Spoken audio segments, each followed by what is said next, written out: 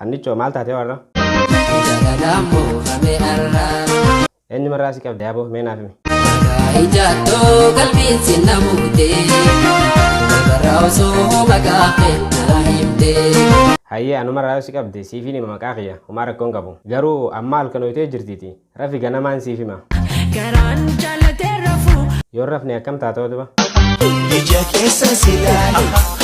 Ija keessa na laaltee akkam na godhuufi? Seebotoo see kajeele. Lakkii qaanyiidha ati nan butin anumaas si buta.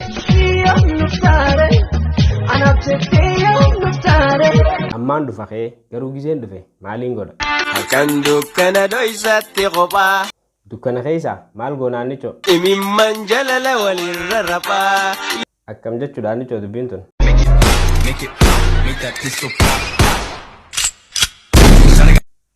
Hayyee taate ammaan dhufa. Ammaan dhufa yeniin dhufa. Garuu si dhukkuba jaane akkami fayyiteeti? Allayaawoo akkam godheetiin si fayyisa? ቀመስከኛሉ መድኃኒት በጠላ